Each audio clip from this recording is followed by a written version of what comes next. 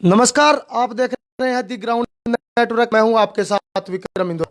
इस वक्त मैं बादरा के गांव कर्णपुरा में मौजूद हूं और मैं जिस शख्सियत से आपकी मुलाकात करवाने वाला हूं, बता दें कि यहां से अगर वाइस प्रेसिडेंट की बात करें तो कॉमरेड बलवान फगड़िया यहाँ से वाइस प्रेसिडेंट बने हैं और उनका संघर्ष बेहद लंबा रहा है। वो एसएफआई के छात्र नेता रहे हैं और पेशे से एडवोकेट भी हैं और लंबे समय से एक सामाजिक कार्यकर्ता के तौर पर भी उनकी एक अलग पहचान जो है क्षेत्र में रही है। बड़ा संघर्ष उनका बेदाग रहा है। आज हम आपकी खास मुलाकात करवाने वाले हैं। आप हमारे कैमरे पर सीधे देख सकते हो कॉमरेड बलवान फगड़िया जी। सबसे पहले बलवान फगड़िया जी, आपका स्वागत है। आप लाइव चल रहे हो। नमस्कार जी, आपके दर्शक हैं उनको मेरा बहुत बहुत नमस्कार, उनका धन्यवाद। बलवान फगड़िया जी, अगर आपके संघर्ष की बात करें तो आपकी गाथा बहुत ही लंबी है।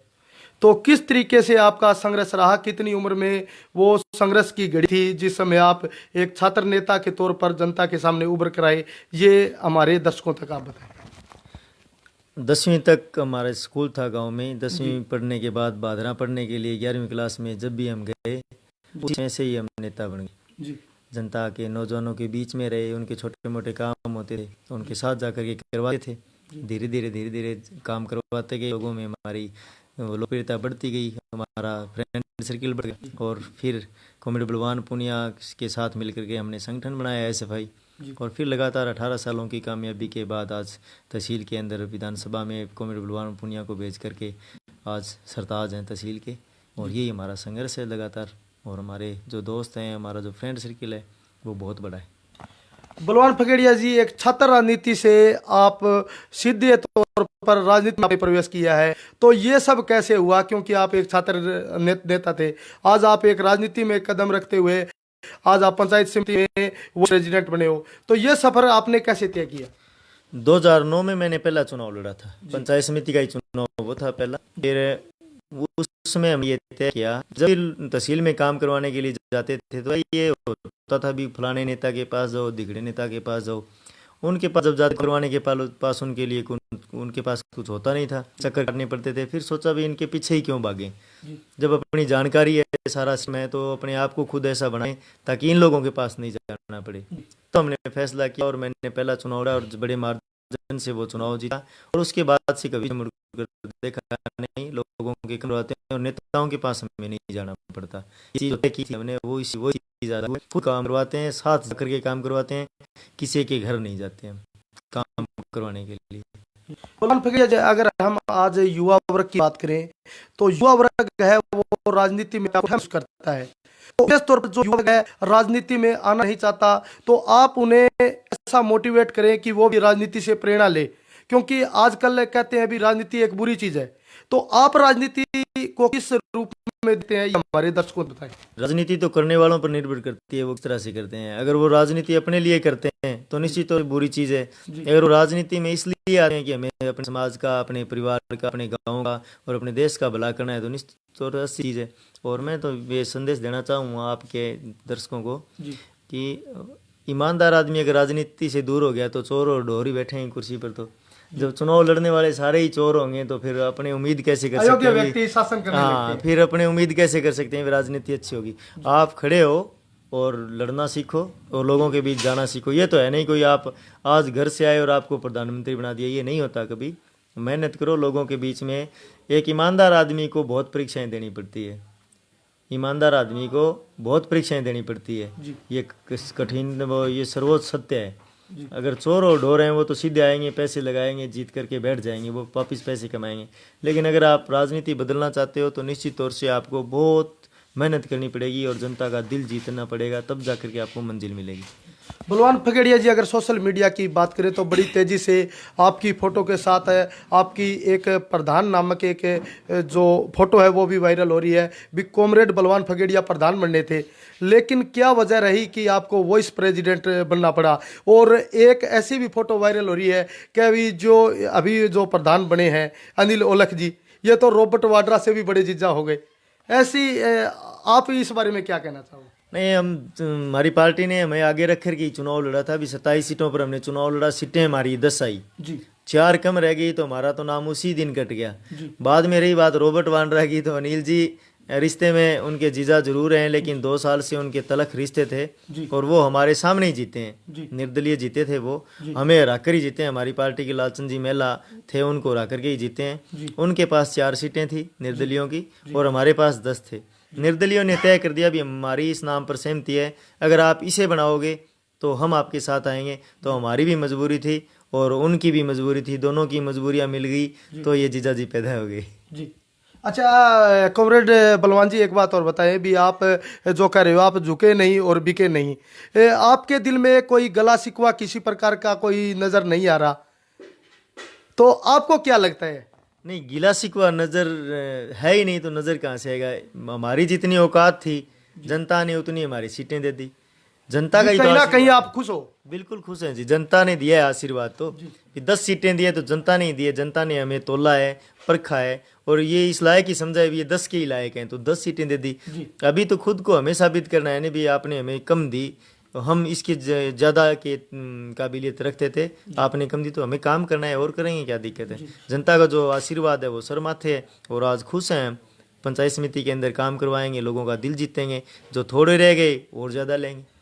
बलवान जी माकपा से यहाँ से प्रेसिडेंट बन गए हैं डॉक्टर अनिल औलख जी, तो अब जनता जो है आपको जिस तरीके से जनमत दिया, अपार जनमत हम कह सकते हैं, तो यहाँ के अगर बड़ी समस्या की बात करें तो बड़ी समस्या यहाँ की क्षेत्र की क्या है? सबसे बड़ी समस्या यहाँ की है लगभग 30 से 35 गांव में है पेयजल की समस्या। बहुत प्यासे लोग हैं यहाँ पे, जिनको हमने तड़पते देखा है, जिनकी आंखों में पानी है लेकिन गांव में पीने का पानी नहीं है। उसके बाद है सिंचाई विभाग की समस्या, नहरों खालों की, नालों की, चकबंदी की, और उसके बाद है शिक्षा की और चिकित्सा की। हालांकि हॉस्पिटल में तो अभी हम पूरे डॉक्टर लेकर के आए हैं, अभी एमएलए कोटे से भी 1 करोड़ रुपए लगा रहे हैं। एक एक चीज़ की जो समस्या है वो हमारे टारगेट पर है, उनको ठीक कर रहे हैं, इनको दूर भी कर दें आने वाले 1.5-2 साल, मैक्सिमम 2 साल मान के चलो। एमएलए चुनाव से पहले पहले हम टोटल चीज़ें कंप्लीट करेंगे। कॉमरेड जी, मेरा अंतिम प्रश्न है, आपकी प्राथमिकता क्या रहने वाली है इस क्षेत्र की? हमारी पहली प्राथमिकता ये मान के चलो जी, मेरी तो शिक्षा है। शिक्षा के बगैर अंधेरा है जी। अगर शिक्षा नहीं होगी तो कुछ नहीं। गरीब का बच्चा पढ़ेगा तभी वो उसको पता लगेगा कि मुझे क्या चाहिए। शिक्षा अगर जो ठीक हो जाएगी तो मेरे ख्याल से आधी बीमारियां तो अपने आप ही दूर हो जाएगी। अगर बच्चा पढ़ लिख करके अच्छे संस्कार लेकर के अपने घर में आएगा तो वो अपने माँ बाप को भी ये बताएगा कि भी राजनीति के अंदर भी अच्छे लोगों की ज़रूरी है। जो मेन जो रीढ़ की हड्डी है ना समाज की, वो शिक्षा है। अगर शिक्षा उजियारे की तरह समाज में फैलेगी तो मेरे ख्याल से समाज का विकास भी होगा, देश भी आगे बढ़ेगा। आप देख लो चाहिए, जिस देश के अंदर आज शिक्षा का स्तर बहुत ऊंचा है वो हमसे लाख गुना आगे है। ये हकीकत है। अपने काम कोई भी करवा दें, अगर हमें खुद को ही नहीं पता होगा तो फिर काम ना तो आगे बढ़ेगा और ना काम होगा। इसलिए सबसे पहला काम है शिक्षा। हम शिक्षा को ही आगे बढ़ाएंगे, शिक्षा आगे बढ़ेगी तो सारा सिस्टम अपने आप ही हो जाएगा। तो जिस तरीके से हम अगर भादरा क्षेत्र की बात करें तो बलवान पूनिया जब से विधायक बने हैं तो कहीं ना कहीं भादरा क्षेत्र का विकास भी हुआ है और विकास का पहिया है वो बड़ी तेजी के साथ चल रहा है। तो इस वक्त जो आपको इस क्षेत्र की जनता देख रही है तो क्या मैसेज उनको आज के दिन देना चाहोगे, क्योंकि आप वाइस प्रेसिडेंट भी बन चुके हो? जनता को पता है मैसेज, उनको हम पे विश्वास है कि इन लोगों ने जो बात की है वो पूरी करेंगे। इसलिए मेरे ख्याल से उनको झिझकनी जरूरी नहीं है। हम कोई नेता नहीं है, हम उनके भाई, उनके बेटे, उनके साथी हैं। और जब साथी होने का मतलब ये है साहब, किसी आदमी को तकलीफ हो तो तकलीफ उसके परिवार से पहले पहुंच जाए। शादी में ना जा सकें, ब्याह में ना जा सकें, खुशी में ना जा सकें, लेकिन गम में आदमी 5 मिनट पहले पहुंच जाए तो वो रिश्ता कभी नहीं टूटता। यही रिश्ता है हमारा तहसील के साथ। जब भी आदमी को ज़रूरत महसूस होती है, तकलीफ़ होती है, तो हमारी टीम सबसे पहले उनके घर पहुंचती है और उनका साथ देते हैं। तकलीफ़ नहीं होने देते हम पूरी भादरा के किसी भी किसान, नौजवान और विद्यार्थी को। बहुत बहुत धन्यवाद। धन्यवाद जी, आपके चैनल के दर्शकों का भी बहुत बहुत धन्यवाद। इनकलाब जिंदाबाद। तो ये थे हमारे साथ है कॉमरेड बलवान फगेड़िया जी।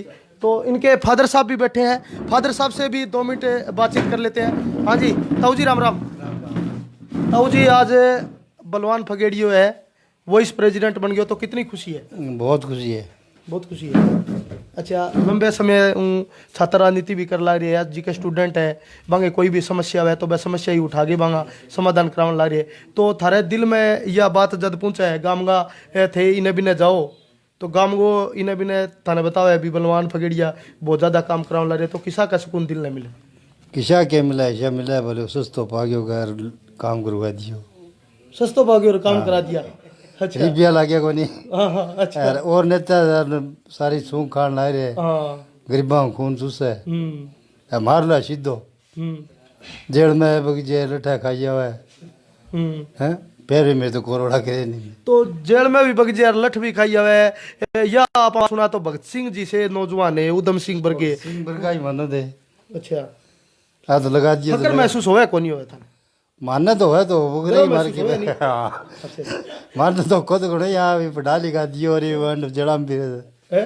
अच्छा, धोखो भी हुआ। हाँ तो धोखो आज प्रधान बन गया, आज प्रधानगी आगे नाम है नहीं, पूरे आप- क्षेत्र में वो चर्चा है का बलवान फगेड़ियो प्रधान बन गयो, वो प्रधान बन गयो। पूरे क्षेत्र में कोने, पूरे राजस्थान में मान लो जयपुर जिलो और मान लो सारा में प्रसिद्ध है। हाँ, तो छोटी बात तो कोनी। लड़ाई लड़ गई हो तो छोटी कुकर है। अच्छा अच्छा, हैं? चलो ये दुनिया खातर है, गरीब मजदूरा खातर लड़ा है, सदा लड़ाई लड़ गई हो है। चलो बांगी आवाज मंड रही है। हाँ आवाज खूब। चलो बहुत बहुत धन्यवाद। बहुत बहुत धन्यवाद। तो ये थे हमारे साथ बलवान फगेड़िया जी के पिताजी, जिन्होंने बताया कि इन्होंने लंबे समय तक जो गरीब मजदूर की जो लड़ाई है उनकी आवाज बन करके क्षेत्र में विकास किया है। और बलवान फगेड़िया ने भी स्पष्ट तौर पे कहा कि यहाँ के जो प्रमुख मुद्दा है वो शिक्षा पर रहेगा। तो जिस प्रकार हम कह सकते हैं कि गुणवत्ता युक्त शिक्षा प्रणाली की बात करते हैं वो, कि यहाँ पर शिक्षा का अभाव है, उनका ये सार्थक प्रयास रहेगा कि शिक्षा के क्षेत्र में सुधार किया जाए। और भी तमाम जो शिक्षा के अलावा जो हम चिकित्सा की बात करें, हम बिजली पानी की बात करें, तो वो यहाँ पर बलवान फगेड़िया की प्राथमिकता रहने वाली है। हमने आज आपकी खास मुलाकात करवाई है और लंबे समय तक उनका जो संघर्ष है वो यहाँ पर रहा है। पूरे भादरा क्षेत्र ही नहीं, पूरी राजस्थान में इनकी एक अलग पहचान है। इस वीडियो को आप ज़्यादा से ज़्यादा शेयर जरूर कीजिए ताकि ये तमाम जानकारी लोगों तक पहुंचे और लोग इस वीडियो को सुनकर ज़्यादा से ज़्यादा जागृत हो। बहुत बहुत धन्यवाद, शुक्रिया।